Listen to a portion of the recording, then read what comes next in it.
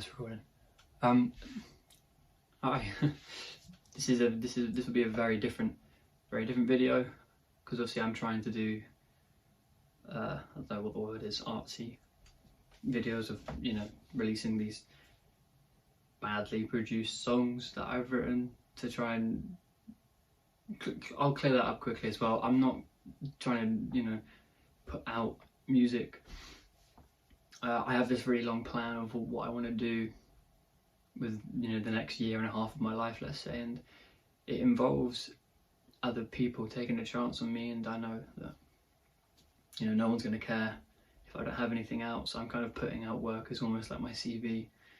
Not really. I'm getting off topic, I'm sorry. So the point of this video isn't for people who want to look at my future. This is for other people who watch my videos, who like my videos. I had a realization, I'd say probably nearly a year ago, about something it was originally that I had the realization for how it affects songwriting, and then it kind of bled through into how it affects other creative expressions, any form of medium, and then it kind of carried on bleeding through into this kind of generalized philosophy about modern life. But I don't need to talk about the modern life part. I'm saying that you can apply it to further parts instead of just songwriting, but I want to just talk about songwriting. Shit, I'm 2 minutes in and I've just waffled. I'm sorry, I'm not very good at this. This is awkward. So I want to give you what I think is the most important thing to do with songwriting. And I know that my work isn't big, but what I'd like to say about that is that me being a nobody means that I haven't been discovered. Not that I'm not worth discovering. I might not be worth discovering, but I'm saying it isn't 2 and 2. So my lack of views, or a lack of I don't know what the word is, retention in the zeitgeist is God, I sound like a twat then, didn't I? Sorry. It doesn't mean that what I'm about to say wouldn't be something of value, so please do listen to my words. Take the words away from me if you have to, I don't care. I don't have to be the one that said them, I just want you to understand the words, okay? So I want to talk about the most important rule in life and how I came about it, and why it's there and what you can do about it. And it isn't anything it isn't something you can materialize. You can't hold it, you can't play it. I'm not going to give, I call them, in my brain I call them cookie cutter tips. I don't know if anyone else would even understand what I'd mean by that, but it's, if we were to keep that saying of teach a man a fish, give a man a fish, they're the tips that are definitely giving you fishes. I'm more interested in teaching you to fish, which means that instead of saying play this chord, add this bass line, use this plugin, which they can be great tips to be honest, but I want to say change this in your mindset, try this perception, see how that alters your brain. So I feel like loads of people can give you these cookie cutter tips, but I don't know how many people can give you the tips that I feel more, I don't know what the word would be, more inclined, more responsible, that's a better word. I feel more responsible to give them. So yeah, so listen to these cookie cutter tips too, but also listen to my more flimsy, figurative, you have to interpret, you have to, you know, like if you don't take in the tip, you haven't. I'm sorry, I'm waffling. Right, throughout your time in school, there was something that was always taught, but it was never said. And it impacts all of our lives. I'm talking about external validation. I know, I have a little list here, because I can't remember everything I wrote. Right, there you go, point 2. So, it's obvious, I say we can all agree, right, that life has both objective and subjective aspects to it. You know, so things that do have this carved in stone, yes, no, right, wrong, left, right, whatever, and things that don't. Some people like to believe they do, but they don't inherently have them. So you could say, like, you can't have an opinion on a fact. Opinions are subjective and facts are objective. You can't say, well, in my opinion, 2 add 2 is 4. Oh, fuck. 2 add 2 is 3. Damn. So, yeah, you can't say, in my opinion, 2 add 2 is 3. Because 1, 2, I have 2 hands, you have 2 hands, we have 4 hands. So I don't know why I showed 10. 4 hands. But you could say something that I probably would say: summer is the worst season. There isn't a right or a wrong. There's just an opinion. You can have an opinion on an opinion, you can have an opinion on an idea, you can't have an opinion on a fact. Where this begins to get cloudy is that people, to strengthen the validity of their opinion, they want to make it appear like it's a fact. And how do they do that? Well, they bring in facts. So let's say, if we were to stick with that summer idea, right? Let's say I said summer is the worst season, and I was in a debate with someone, and then they try to counter my opinion by saying it's the best season, and then they, started riffing through all these, like, loads of stats about the economic opportunities in summer, the boost in morale, the how tourism booms in the summer, whatever. They're giving me all these facts, and whilst all of these specific things are factual, there's no reason that should create this bridge, this leap to, and therefore my opinion is fact. But we have a tendency to believe that. If we're not thinking, if I was to just say if I say summer sucks, someone says no, summer's great, here's all the reasons why, I'm going to go, oh wait, no, summer does sound quite good then, actually. There's no leap, or at least there's no objective leap. There's no obligation to leap. And what I'm trying to say is that because of the education system that we've all had to put ourselves through, identifying that isn't as easy as you'd think, and it can ruin, again, like loads of different parts of your life, but it can really, really ruin creativity and creative expression and creative validation. That's definitely a massive one. When you don't catch yourself, correlation will always imply causation, and that basically means that when other people say it's right, what are the chances everyone's wrong and you're right? Probably not very high, so it probably means they're right.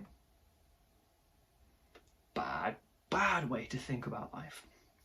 So the reason that this has happened is because in school you do have lessons that highlight objective parts of life. Lessons themselves are basically like if someone tried to make a toy version of society. I mean, I don't know when I'm posting this video, if I'm having it before or after, but I'm trying to write like 5 songs right now. But there's a song where I define school as that micro society. And I think school is very much like that. It's basically someone kind of witnessed what was in real life and went, right, well, we need to make this kind of soft around the edges version of it. So they'd see books and things like that, and they go, right, so English, so obviously I call it, I'm from England, or like literature, and then they'd see maths, and even if these things aren't things to learn because they're important to learn for society, they're important to learn because of you need the skills that you learn when learning them for life. I phrase that awfully, but I mean things like writing and counting and speaking. You need that sort of stuff to function in society anyway. So when you're taking all these different branches of real life and you're kind of squeezing it down and putting it in this block and calling it school, you do have objective parts, but what's neglected is that you don't only have objective parts. And that's such a horrible problem that no one seems to realise. So how do I explain this? Right, so you probably know this by now, but I take medication for ADHD, right? And I was never English literature was my least favourite subject on the planet, which is hilarious to me now because I'm, you know, planning future novels and short films and trying to write TV series and writing like albums and concept albums. I'm trying to do all this, so many like word-based stuff, and what I've learned as I've left school is how much I actually love literature. I've got loads of books over there. I read them all, you know. I mean, that shows how awful the education system is, but the biggest point behind it was that the reason that I hated it back then was that they were teaching me as a right and a wrong when there isn't a right or a wrong, and then I was trying to say, well, hang on, I don't think you have any stance here to give me a mark when your question wasn't on a fact in the piece of literature. Like, I'm phrasing things awfully, right? What I mean is, like, you can use a simile wrong, you can't have a wrong simile. Right, so if the question was define a simile, you can get that wrong, fine, fair enough. But if the question was give me a simile, and it was out of 2, and I got 1 and my partner got 2, and we both put a simile, I'm going, hang on, you're saying that there's that you know, like her simile's worth more than mine. What?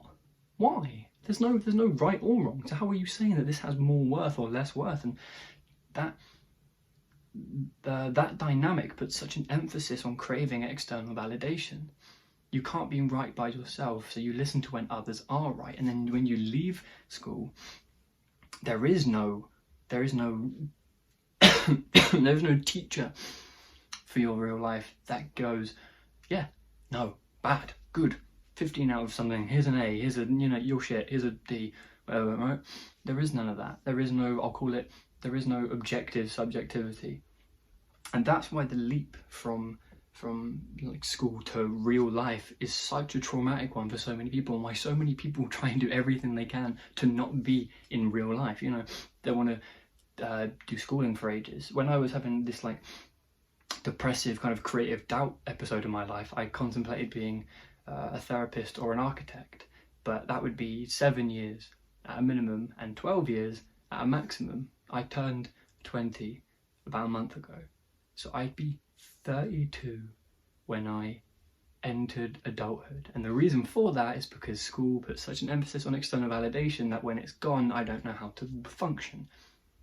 I, as like a collective I, kind of, because that isn't me anymore. I spent a year since the lockdown thinking and working out why and whatever. So what I'm saying is, I know it's a bit of a waffle, but I hope it was at least a relatively enjoyable waffle. But what I'm trying to say is the most important rule in songwriting and in creating and in anything is to think, is to not take things as absolutes, is to question. There's no harm in questioning anything you do. It's not an insult for someone to say this is the time and for you to look at your phone and go, is it? It's a weird example, but you understand what I mean. Question everything on the planet, everything. Absolutely, there is nothing that you shouldn't ask. Why? Why is that there? What's happening? What's that? That's this? Cool. Why? Why am I doing that? Because what that does is that will create this figurative mental sieve, and you will feed through all of the conditioned negativity and everything holding you back, and all you're going to be left with is who you are and how you think and what you believe and what you do and all of this sort of stuff. No one in this world and in our world's history and anyone that we've ever praised looking back on, they have never ever done anything because other people said it was good. Because everyone who seems to have made this beautiful, grand, like monumental change in the direction of our civilization, they did it because everyone else was wrong, and they only reached the conclusion that they did because they were thinking for themselves. And maybe you're not trying to, change the world with your music, but that doesn't mean you shouldn't think. All I'm asking and all I'm saying is, don't do things because other people say they're good. Do what you want to do, and if you don't know what you want to do, stop doing things and work out who you are. Work out who you are, work out what you want to do, and do that.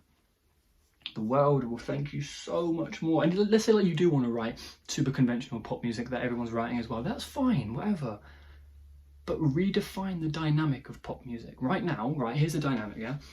Here's pop music and here's songwriter who wants to write pop music. Right now, the songwriter is doing this. Doing everything they can to get pop music's attention. But what people seem to forget is that pop isn't really a genre. It just means popular music. So stop writing to please and write to achieve. And that will be the thing that pleases more. People don't like substanceless work. And when you write things that are writing to please, there's never any substance there, because you're not writing here. Music, songs are like they're like mirrors, right? If you want to truly try and validate somebody else's horrible experiences, you cannot think about them. You only have to think about yourself, because that means everything that you feed from you into the song's the mirror, and the person actually gets it. If I'm writing to please, I'm not looking here, I'm looking over there, which means when the person listens to the song, they're not taking it, they're looking over there. That's why there's so much hyperplasticity in work today. Everything is so consumption self-aware, but that makes it heartless and substanceless. And people aren't heartless and substanceless. People are so unbelievably clever, and they don't know that they're clever because all they've been taught is external validation. Take that leap, think for yourself, self-validate your work. And if you need a code, if you do need a code to balance your decision making, replace. This is what I do. I have this code too, but replace wrong and right, and replace good and bad with honest and fake. Instead of saying to yourself when you're making a decision, is that even good? Ask yourself, is that honest? There you go. That's all I got. Ciao.